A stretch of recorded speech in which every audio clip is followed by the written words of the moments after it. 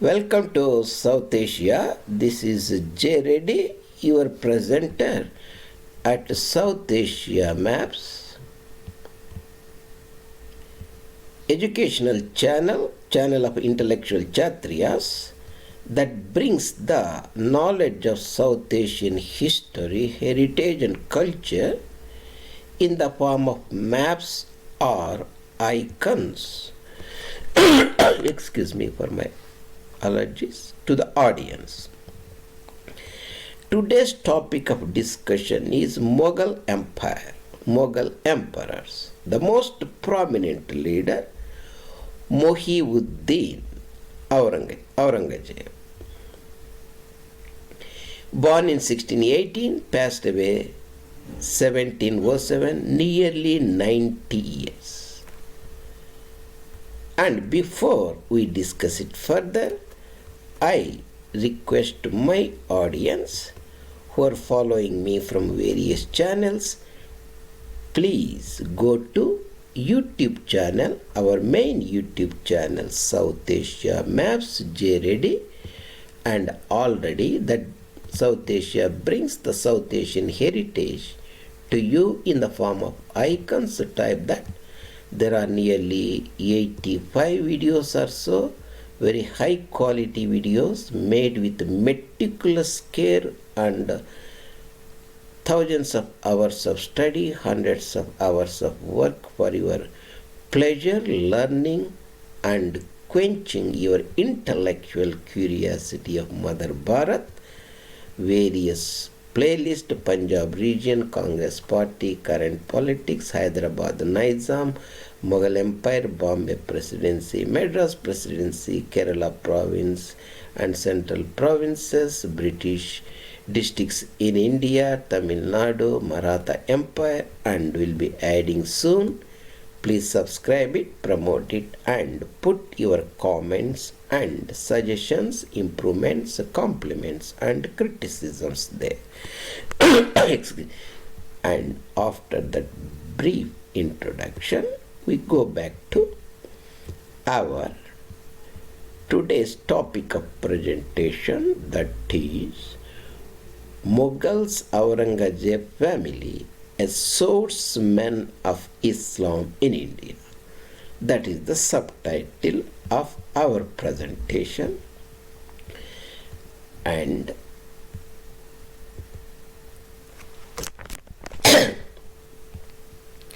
India, swordsmen of Islam. Swordsmen in Islam, the intellectual Kshatriya of India, Sita Goel is a very great thinker of modern times, like Swarup and also Gnani Coinrad Elst from Belgium. He coined these words, swordsmen and salesmen of this conversion-based ideology. Swordsmen were who imposed these religions ruthlessly on unwilling population.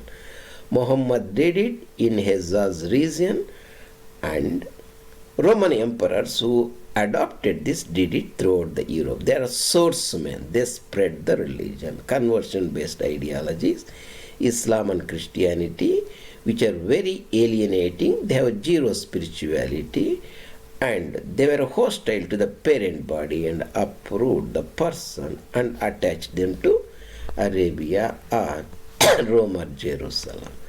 And their propagate, he also coined one more term, salesmen of Islam, salesmen of Christianity. You see a lot of these salesmen in the media, intellectuals and all those promoting. One such salesman in India of Christianity, is Mother Teresa, vending this product that has failed, collapsed in Europe and North America Christianity. So remember two things, swordsmen and salesmen of Islam and Christianity. Today's topic of discussion is Aurangazeb, a prominent swordsman of Islam, is very, very important. The implication. Why do we need to study this, first of all? Such an important person who was dominating the Indian politics and ruling he lived nearly 90 years, and he was appointed by his father as the first governor or Subedar of Deccan, in 36 means when he was around about 20 years or so, because he was formed 1828 and 38 in 20 years. That means he governed in one form or another. He was in active politics or military nearly 70 years of his career. And knowing his family is very, very important. That's how the person influences. So this talk, we talk about the family of Aurangazeb, a ruler of Islam. Aurangazeb is a very prominent person of Mughal Empire. There are 6 great Mughals, they call it, the prominent ones. Afterwards, the empire collapsed and declined. That's why the term great, nothing great there. Always the Islam is destruction of the native culture and civilization and imposition of ruthlessly Arabian culture on unwilling population. 6 big Mughals. Aurangazeb is the last one. And today's many events can be known to his life. And even though this is mostly about the family, we'll also cover most of the important events at that time, political events, military events, and so on. Before that, these are the subhas at the end of the life of Aurangazeb. Alamgir, Muhyiddin Aurangazeb is titled as Alamgir, ornament to the throne, Mughal throne.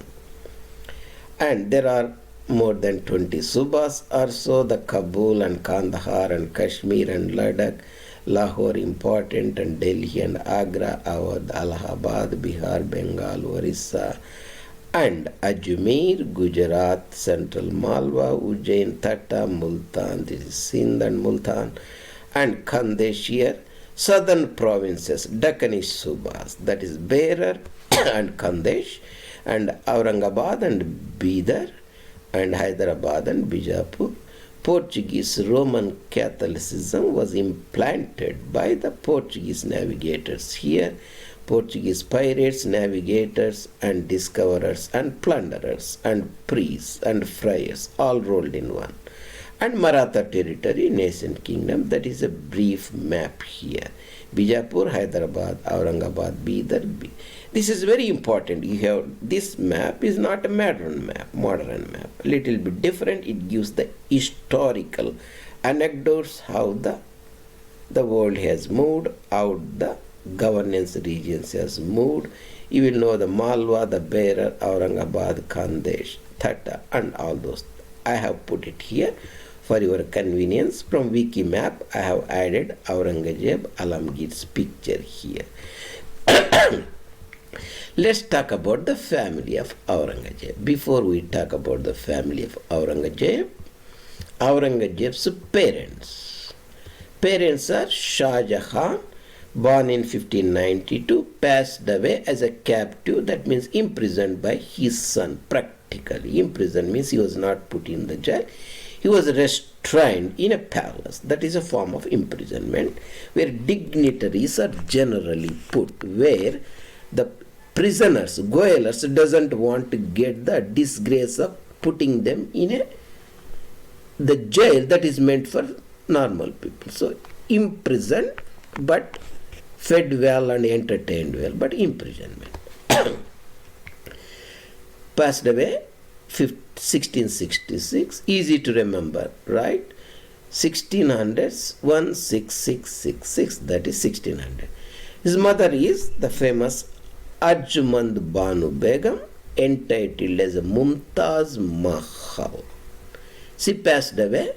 She was 1 year junior to him and passed away in 31. That means roundabout she was below 40, natural death during the childbirth in June at Burhanpur on Tapati river in the Khandwa region, or north of Khandesh. That was at that time Khandesh region, that is Khandwa, Nimar, and all those areas. First child, almost 13 children was born to both the parents, only 7 survived. First one is Zaharara Begum, born in 1619 and died in 81, just before Aurangazeb started his Deccan campaign to fight with the Marathas, where the empire wasted his body, his energy, his entire wealth, and his empire collapsed. That's the time she passed away. Dara Shikoh, the major competitor, and in fact, the Aurangzeb considered him as the major contender. He is a major enemy, adversary in the family. He was 1615. Remember, Aurangzeb born in 1618. You remember 1616 add 2. That is 1618. Add 90 years. That becomes almost 1708. Almost 19 lunar years, you can say. So survived for 19 years. Dara Shikoh, passed away, executed by Aurangzeb legally 59. And Shah Suja was the elder brother and passed away and killed by the Archons in the Burmese region near Chittagong area called Arkan area. Then the child Rosha Rara Begum 1617 and passed away 1771. Actually is supposed to be killed by Aurangzeb or poisoned. And Aurangzeb 1618-1707. Then the younger brother Murad Baksh 24 to 1601 imprisoned, later executed by Aurangzeb. And the last child Gauharara Begum, the last child Mumtaj Mahal gave birth to at Burhanpur, and within couple of days after the childbirth, the mother passed away due to excessive bleeding. At that time, gynecology services, medicine was not that available even for the royal family members. And she passed away 1706. Gauharara Begum just 1 year before Alamgir passed away. That is the family parent side. Then Aurangzeb Aurangzeb is a strict Islamist and Puritan, won't follow Islam as it is in the book. That's why he has only 4 wives at any time. And in fact, Aurangzeb is Jadnath Sarkar considered him a very talented leader, very intellectual, a military genius, very diplomat. He spoke his mother tongue, that is Persian was the adapted mother tongue of Mughals in India, Persian language very fluently, Persian and Dari, that is the other name in Afghanistan. He spoke his parental, historical mother tongue, Turkey, that is the Aurangzeb Babur spoke a form of Turkey called Chagatai Turkey, that later became Uzbeki, Chagatai Turkey, and Uyghur and modern Turkish Azeri. All these are related ones. You can understand these fairly well. Chagatai Turkey. So he spoke Turkey also and Persian fluently because he was the emperor within India. He spoke Hindustani. That is the local Hindi vernacular written in Persian script, Arabic script. That is Islamic way of writing using Arabic script. Of course, he was a very great scholar of Islam itself. He wrote Fatwa Alamgiri, means he's a scholar in Arabic and Persian and Dari and Hindustani and Turkey. All these languages he spoke very fluently and wrote many copies of Quran. He is essentially a great talented leader, but finally failed miserably, that is due to his Islamic zealotry. And he wanted to make entire India into a Darul Islam, forcibly convert the people. During his time, large-scale temple destruction and all these things happens, rebellions broke down in many parts.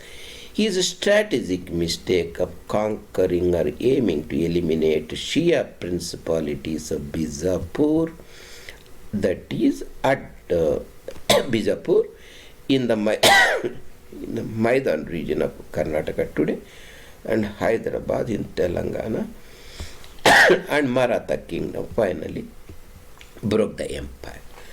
So he's a talented leader. 4 wives. Dilras Banu Begum, I have marked them so that you can see. Dilras Banu Begum and Nawab Bai called Rihmatun Nisa and Udayapuri Mahal and Aurangabadi Mahal, 4 wives.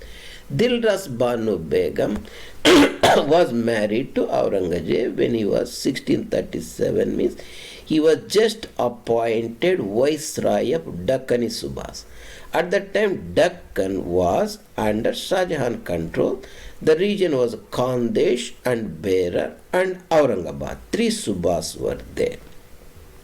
1 year after the appointment, he was married to Dilras Banu Begum. She was originally from a Persian stock, claimed their heritage from Shah of Persia, and she died when he just started his campaign to win the throne in 1657, fighting against the kingdom, Shia kingdoms of Hyderabad, Qutub Shahis and Adil Shahi Bijapuris.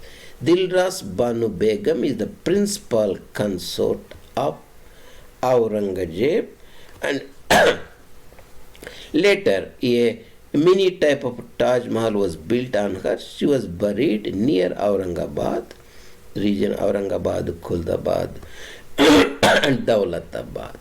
Her daughters are Jebun Nisa, Jinatun Nisa, Jebdatun Nisa, and two sons she bore for him, Azam and Muhammad Akbar.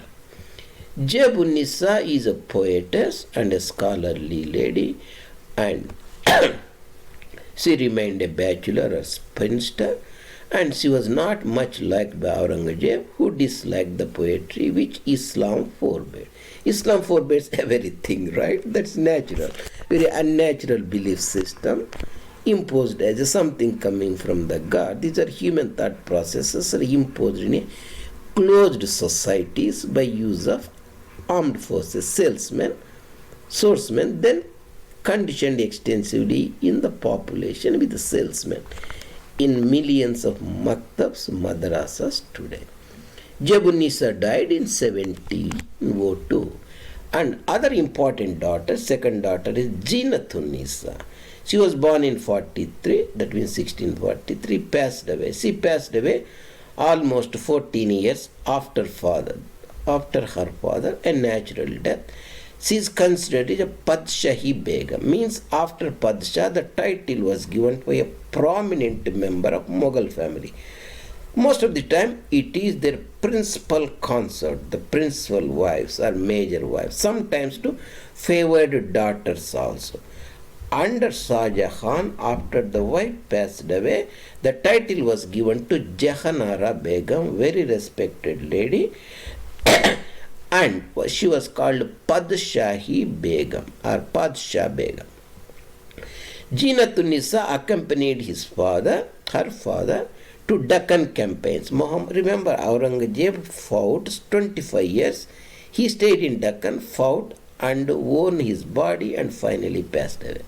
That means 1680 to almost 27 years, 1681, he was in Deccan. At that time, she accompanied her father and she held the Deccan household, maintained the household and family. Because she is a very reputed lady and considered to be very honest, when wife of Shambhaji surrendered the Fort Raigarh, she didn't trust the promises given by Aurangzeb. Aurangzeb gave so many promises to Dara, Shepur Shuko, Suleiman Siko and Murad Baksh. All were just empty promises, right? So she didn't trust it. But Jinatun gave the promise that she will be looked after very well if she surrenders the fort, and she was brought into the Mughal camp and treated fairly well.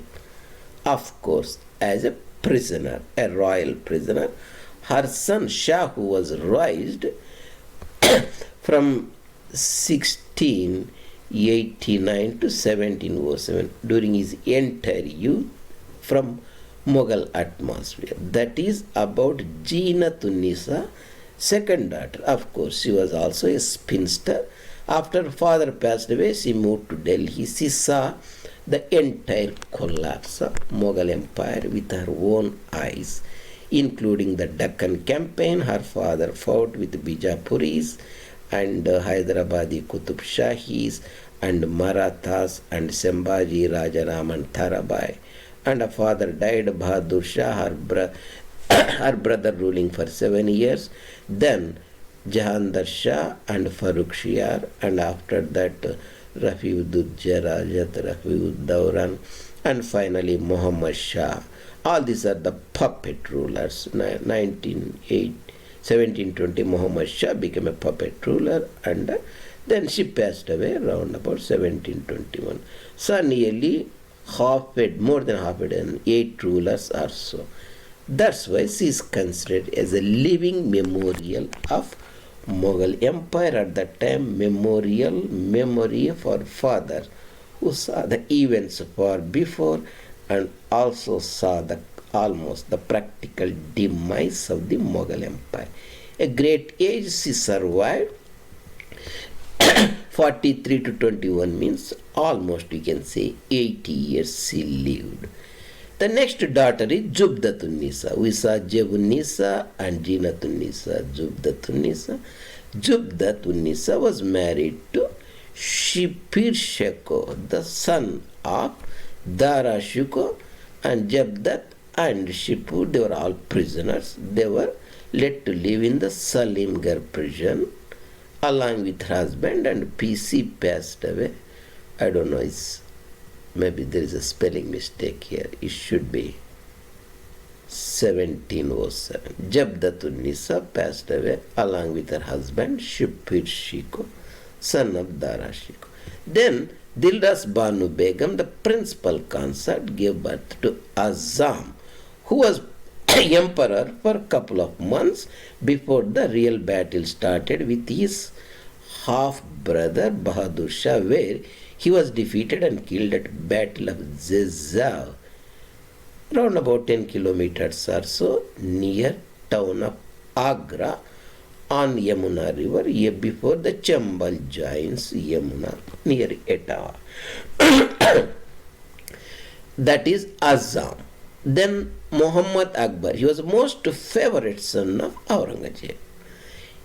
When 1680, when Aurangazeb was fighting Rajputs, that is Marwaris, Ajit Singh and Rathor Sir and, and Mewadis, he rebelled one fine morning, January 1st, 1618. Almost he was round about 20 years old. Imagine this is 1660 is born, 1680 is around about 21 years. He rebelled, finally the rebellion, declared himself an emperor. Aurangazeb was an Ajmer at that time. He defeated him by stratagem, and the prince fled to Maratha territory, to Sambhaji, and finally when the father came chasing him, he was so worried. Even the father promised many things to forgive him. All the previous things, how he treated Dara, how he treated Suleiman, how he treated Murad Bakhsh, how he treated Shapir Shuko, all those pieces. He couldn't believe the father. Finally fled to Persia, lived in the Persian monarch Safavid as a honored guest, and passed away peacefully, I think 2 or 3 years. 1704, before the death of his father, predeceased, rebelled in Rajputana, died in Mashhad. That is the first wife, principal consort, Dilras Banu Begum, of Persian origin, gave birth to Jebun-Nisa, Jinatun-Nisa, Jabdatun-Nisa, Azam, and Akbar, Muhammad Akbar. Second wife was Nawab Bai. She was originally a Rajput princess of small kingdom called Rajouri, that is in the Jammu region. Udhampur, Katwa, Jammu, Rajouri, Riyasi, Mirpur, Poonch, Muzaffarabad. All these are in the Jammu region, whereas North Kashmir, South Kashmir is in the valley region, a princely state of Jammu and Kashmir of Dogras. She belonged to Rajouri. Rajouri town is around about 50-60 kilometers or so north of Jammu town. And later she is called Rahmatun-Nisa, Nawab Bai, because of her 2 sons rebelled against Aurangazeb, Muhammad Sultan and Muazzam. She was not taken into confidence. She is practically separated, and lived in Delhi, passed away 1691. Wherever he didn't live with her husband, lived in Delhi. Her son Muhammad Sultan was first favorite of Aurangzeb, and he rebelled and he was imprisoned and died in prison. The one thing you have to keep in think, anybody who disagreed with Aurangzeb in the public discourses in the court practically passed away. Natural. They are not natural deaths, they were poisoned deaths or something like that. Same happened to his sister Roshanara Begum. So, Sultan Muhammad executed in the prison, poisoned to death. Muwazam, also called Bahadur Shah, he actually succeeded his father. He also rebelled many times during the Hyderabad campaign, fighting against Abul Hasan Tanisha, the last ruler of Qutub Shahi dynasty in Hyderabad or Golconda. Father thought he was in sympathy with the Hyderabadis, Qutub Shahis, who are Shias, and he has a Shia sympathies. His principal wife was a Shia, and he was imprisoned, and he was not even allowed to cut his hair and cut his nails and all those things. Finally, he was pardoned, and in the final years, he was sent away, dispatched as a Subedar of Kabul province. That is essentially a penalty province.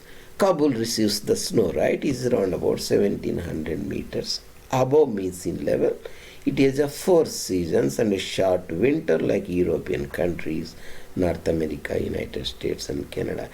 Essentially a penal province of Mughal Subas across the Khyber Pass, the Kabul. He was sent as a governor, Subadar of Kabul. When his father died, Azam, who was near Aurangabad, near Malwa, he declared himself emperor and he moved to Agra. He descended into the Khyber Pass, Punjab plains. Both the brothers fought near Agra, place called Zizza. A place called, I have shown it somewhere here, a place called Zizza, and at Zizza,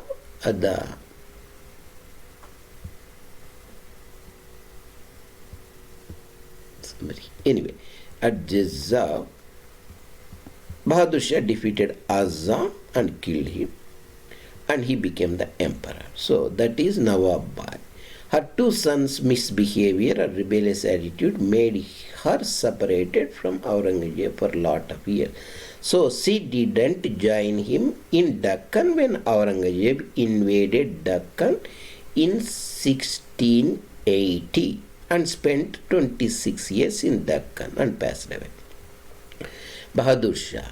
And she has a daughter called Badrunnisa. That is about the other wife, Nawab Bai, the Rajput princess, later called Rahmatunnisa. Aurangzeb for the other wife called Aurangabadi Mahal. She accompanied her husband in Deccan campaigns, and in 1687 the kingdom of Bijapur was conquered. Next year, kingdom of Hyderabad was conquered. 1 year later, Shambhaji was captured and killed. During that time, she was staying in Deccan and she passed away due to bubonic plague that occurred in that region. That is Aurangabadi Mahal. She gave birth to a daughter called Meherunnisa. She was married to Murad Bakh's son. Remember, Aurangzeb has 3 male brothers. 3 brothers, that Dara and Shah Suja and Murad Baksh is the younger one. Aurangzeb executed Murad Baksh legally for some minor reason, just like Ziaul Haq executed Zulfikar Ali Bhutto, right? And that's the normal Islamic history. If you study Islam, is a very interesting conversion-based militant creed. You will get a different perspective how these imposed as religions will infatuate certain sections of the society. The point here is, after the execution, he kept his son Murad Bakhsh's son Ijaz Bakhsh, of course, as a prisoner, married his daughter Meherun-Nisa. Both couple lived as a prisoners and passed away. Remember, other daughter was married to Suleiman Suko's son, Sipir Suko. We have mentioned somewhere there, Supir Suko, other son Supir Shuko, and Jabdatun Nisa, like that. Aurangabadi Mahal's daughter was married, that is her daughter Meherun Nisa, married to Ijaz Bakhsh, and they lived in a prison. Salimgarh Fort is in the Yamuna River, is like an island at that time in Yamuna River, Salimgarh Fort. The prince and her husband lived there, like treated very well, but they were essentially prisoners. The last wife is called Udayapuri Mahal or Udayapuri Begum. When Aurangzeb fought with his brother Dara Shikoh, defeated him in the context for Don, that happened in May 1658. Almost nearly 40 years when Aurangzeb was there. Remember, Aurangzeb became an emperor when he was 40. He ruled 50 years. One few months less, that's not important. 40 years he became emperor, 50 years he ruled, 25 years he ruled from Uttar Bharat, 25 years he ruled from Dakshin Bharat, Dak. 40 and 50. 50 you split into, so you will get overall idea. And Udayapuri Mahal was in the harem of Dara Shikoh. Harem means the female members of the family, essentially. Like in olden Middle Age, they have the principal wives and consorts, legal wives, and other females who are not legal wives, but they are essentially lived with them for practical purpose. They are not called illegitimate wives or anything like that. That is not the correct term. They were their wives, but not legal wives. One such wife of Dara Shikoh was Udayapuri Mahal. Originally, she is a Georgian slave.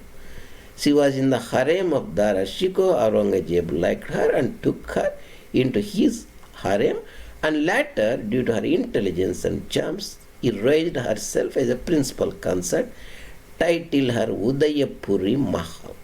She accompanied him in Deccan campaigns. Remember, 25 years Aurangzeb lived in Deccan and died in Deccan, because he died 1707, means these events happened around about 1680 or so, 27 years or so. And her son was Kambaksh. Kambaksh rebelled against father many times. This is the only situation where Aurangzeb pardoned him very easily.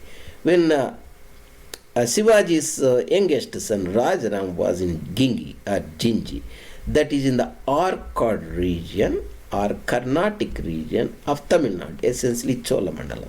That is near Pondicherry, essentially, Tindivanam and Villupuram. From Pondicherry, Gingi may be around about 70-80 kilometers. So historic city, historic fort, major fort south of Vellore, that is on Polar River, where Rajaram was put as emperor of Marathas. Their other headquarters was in Sahyadri Mountains at Raigad, in Kolaba district, that is south of Bombay. There were two capitals, so Gingi. So at the time Gingi campaign started, fighting annexed Rajaram. This is around about 1690. That means Aurangzeb lived almost 17 years more. At that time he is already very old. That means he was around about 70, 73 or so. No Mughal emperor lived that many years. So all the sons were expecting the father's natural demise. That didn't happen. So they were in correspondence with Marathas, which were their main rivals outside, rivals of the empire. And naturally, Kambaksh was in close contact with Rajaram. In case of the demise of the father, Rajaram should support Kambaksh for the contest to the throne. So he rebelled and he was imprisoned. In the intervention of Udayapuri Mahal, he was relieved and restituted and status.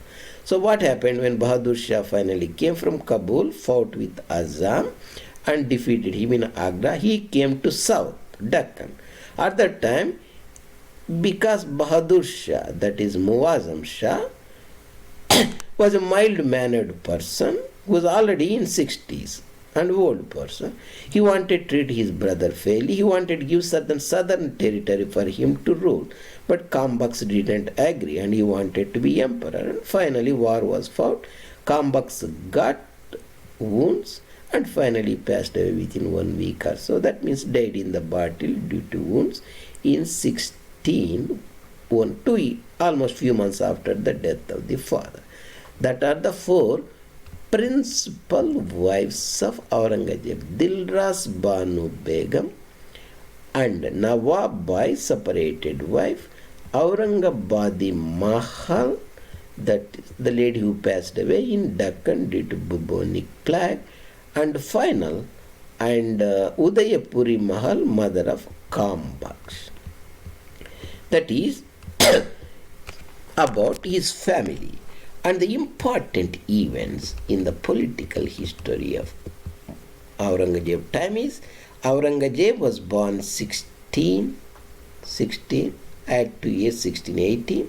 Almost 18 years when he got maturity, he was appointed the Viceroy of Deccan. Almost held that position nearly 8 years. A Deccan Viceroy ruled from Kirki. That town was actually named after him, called Aurangabad. Originally the name was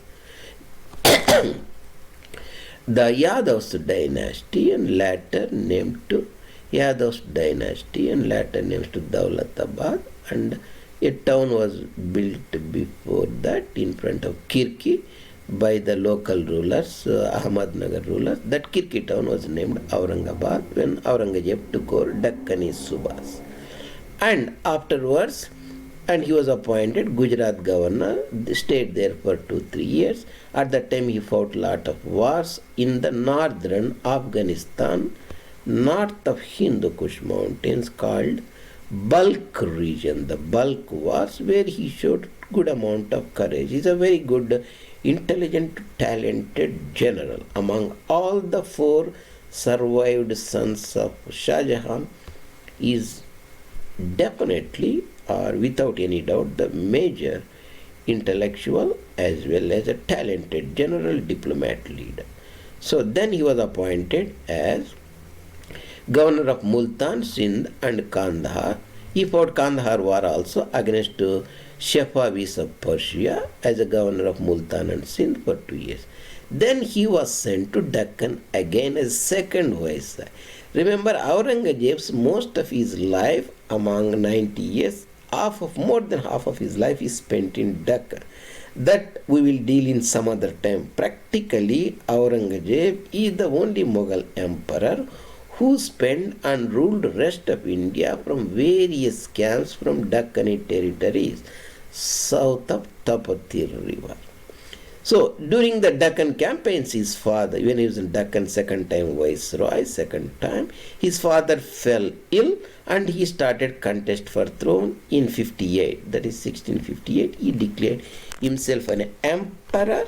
You add 50 years to that, it becomes 1708. Subtract few months, 1707. Nearly 50 years he was an emperor. So that means he left Deccan in 44.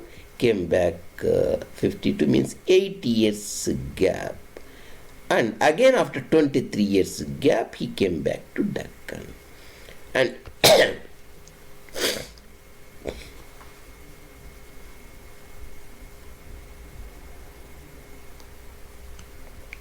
in 1682 March, okay, in June, when his son Akbar, that is Akbar, Muhammad Akbar rebelled. He rebelled in 1680 January in Rajputana in the Marwar region, Rathors region.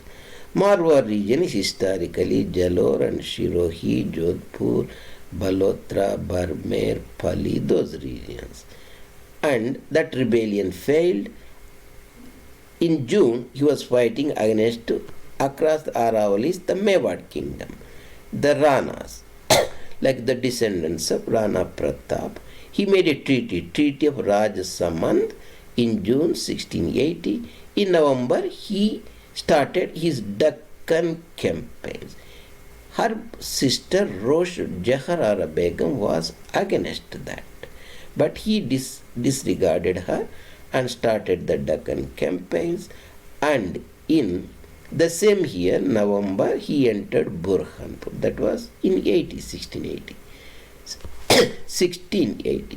1682, March 22nd, he came to Aurangabad and they stay put in Deccan. In 1707 March, passed away at Ahmednagar and Balghat region, that is called Desh territory, close to the Pune district, and buried near Aurangabad, that is in Marathwada, a place called Kuldabad. That is in brief about the famous personality who influenced our lives. Why his life is so important? Today's Pakistan formation is essentially consolidation of Islam. Islam was consolidated. A serious type of intellectualism in Islam was imposed. Fatwa Alamgiri, the scholars, the people patronized by Aurangazeb, they carried that legacy.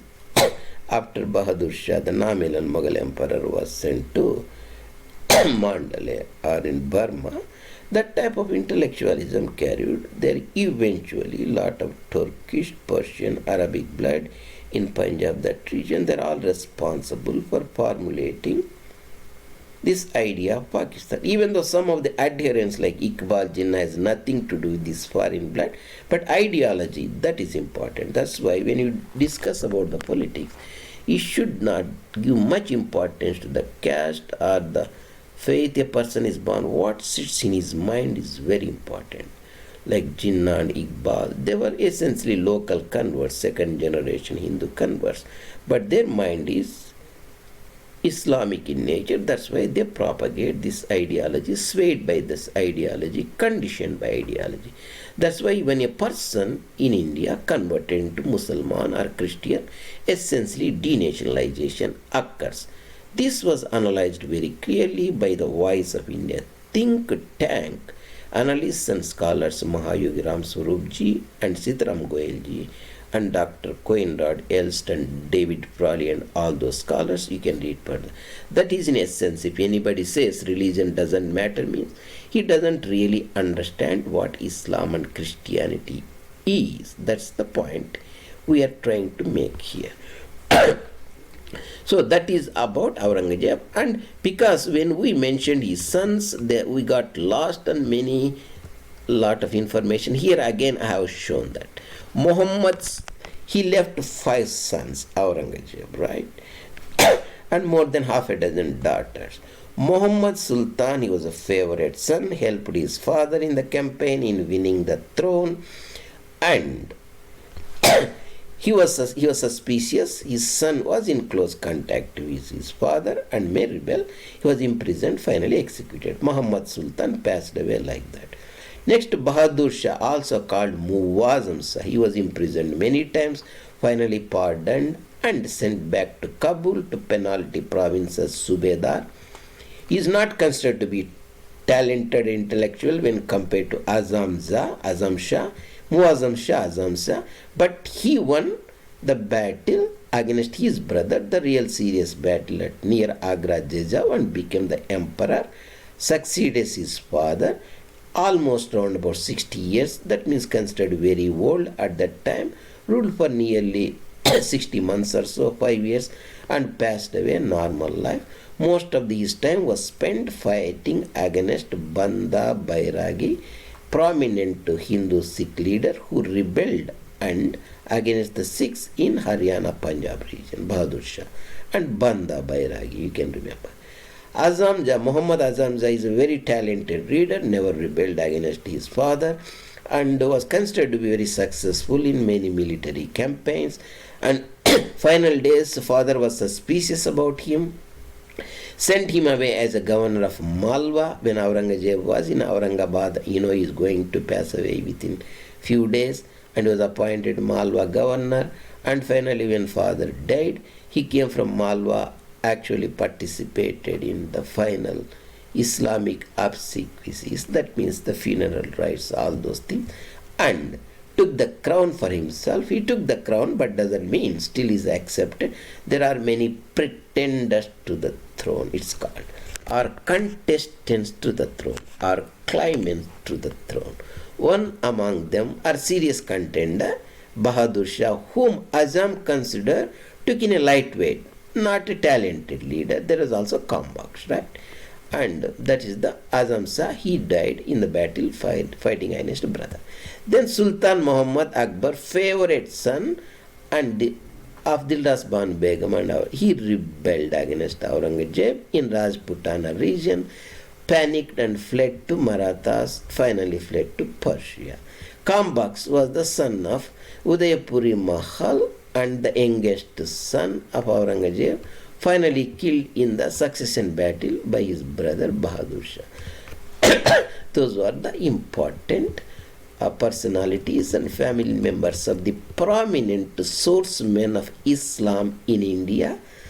Muhibuddin Aurangazeb, titled as Alamgir Padshah of Mughal Empire. So we can look at in the Wikipedia Aurangzeb's important you will get a broader idea. And you see here Aurangzeb holding the iris, Aurangzeb with his three younger brothers, Aurangzeb and Shuja and Murad Baksh. Here Dara Shikoh, the elder brother, is not shown. They're in a hunting expedition, or shikari is called, pastime of royals. And Aurangzeb, he defeated Bundelas near Orcha. Bundelkhand is a region bordering Uttar Pradesh and Rewa, Panna and Orcha, Jhansi, Jalaun, Hamirpur, Banda, all those regions. And he is conquering Orcha at that time, 1635. Aurangzeb fighting an elephant, showing lot of valor single-handedly. And Aurangzeb attacked his soldiers guarding the Agra fort where his father was imprisoned, 1658. Agra fort, Aurangzeb's soldiers, painting. So this will give a lot of, so when you start looking at this, you have to see the actual pictures. At that time no camera pictures was taken, at least the paintings will give you proper orientation. Aurangzeb, and before Aurangzeb started, this is the empire. Like Aurangzeb conquered Bijapur and Maratha territory nominally and Hyderabad, so Kabul province and all those regions. Aurangzeb was a very old region. He is an Hanafi sect of Fatwa Alamgiri, the emperor, compiled Aurangzeb, and Aurangzeb executed Shah Suja, Shambhaji, son of Shivaji Chhatrapati. This is the place where he is executed. And he also executed Tegh Bahadur, the father of Guru Gobind. And the Gurdwara was built in Delhi, that is called Sisganj Gurdwara. And Aurangzeb also executed. There was during Aurangzeb time, there is a popular mystic called Sarmad Kashani. He is originally from Kashan region, that is in the Persian region, because he is not like any particular religion. He is an open-minded person, and he was like a naked fakir. And he was Sufi, he is a mystic and naked. And Dara Shikoh used to go to him and for advices and discourses once a while. So Aurangzeb doesn't like him and executed Sarmand Kashani in Delhi, that is Sarmand Kashani. Aurangzeb holding a court in the Darbar, the Mughal Emperor Aurangzeb here. And Aurangzeb again treated Aurangzeb's Khanjar and some of the popular canons in Daulatabad, that is the Mughal headquarters in Deccan, that is in Aurangabad district, that is in Marathwada region, former Nizam's territory. Again certain canons there overlooking. He handwrote certain manuscripts in Quran, that means he is a scholar in Arabic. Aurangzeb built in Lahore historic Badrashahi Mosque. Such a mosque, everyday khutbas and everyday constant conditioning, converts will become totally alienated. That's what Hindus has to remember conversion of a Hindu to other religion alienates. And finally, they will fight with the parent body because Islam and Christianity as conversion-based ideologies, they're intolerant ideologies and they're group-building ideologies. They're essentially political, imperialistic ideologies camouflaged as a religions. Once you understand the basic difference, you will know how the Pakistan formed, Pakistan movement came.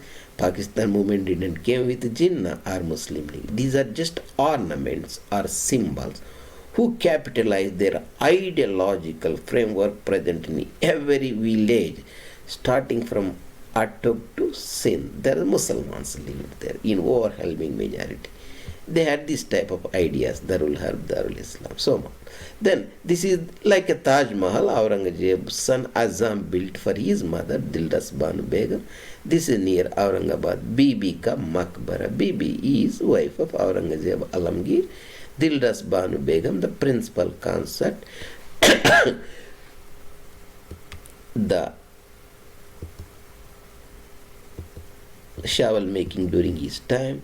When Aurangzeb during the final years was Darbar was held, birthday celebrated, you can see the paintings of Aurangzeb, how grandly that is done. Aurangzeb, great Mughal taking a procession, Aurangzeb on an elephant, Aurangzeb, and the empire was done and at that time the rough maps were made of the empire. And Joshua Child was the British East India Company governor who fought against Aurangzeb. Joshua Child and finally pardoned. This is the Aurangzeb's territory. Some of the coins of Aurangzeb. Tomb of Akbar. Aurangzeb leads the Battle of Satara final days. This is the painting by Marathas that in 1666, Aurangzeb and the prominent his contender to the political power in India. There are only two leaders at that time, Aurangzeb and Chhatrapati Shivaji. They have face to face. That generally never happened in the politics of medieval time. For a couple of minutes, Aurangzeb, and when Shivaji was asked to visit the court of Aurangzeb as a part of Treaty of Puranda, that is 1666. Few months, at least 4 or 5 months before Jahan passed away as a prisoner in Agra fort. That's the first time Aurangzeb held the court in Agra. As long as his father survived, he used to hold the court in Delhi.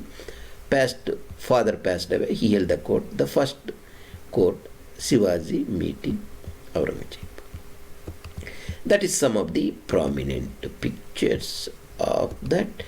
And today we essentially discussed about the Aurangzeb and his family, such an important person of that contemporary time, lived nearly 90 years, ruled nearly 50 years, and most of his life is spent in Deccan.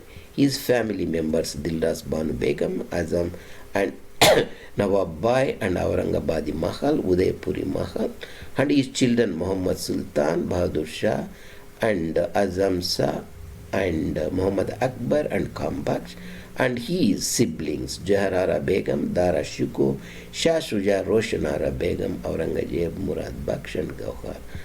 All we discussed today in this very interesting. So now you have almost 70-80 years of contemporary political important events that happened at that time during Aurangzeb, and you can point those things to the contemporary events like Pakistani movement, Pakistan formation, and hostility of Muslim converts to us across the river Ravi, all the Radcliffe Line formation, day-to-day Islamic gangsterism in India, communal riots, violent verbal aggression of Vaivasi and all those Muslim leaders.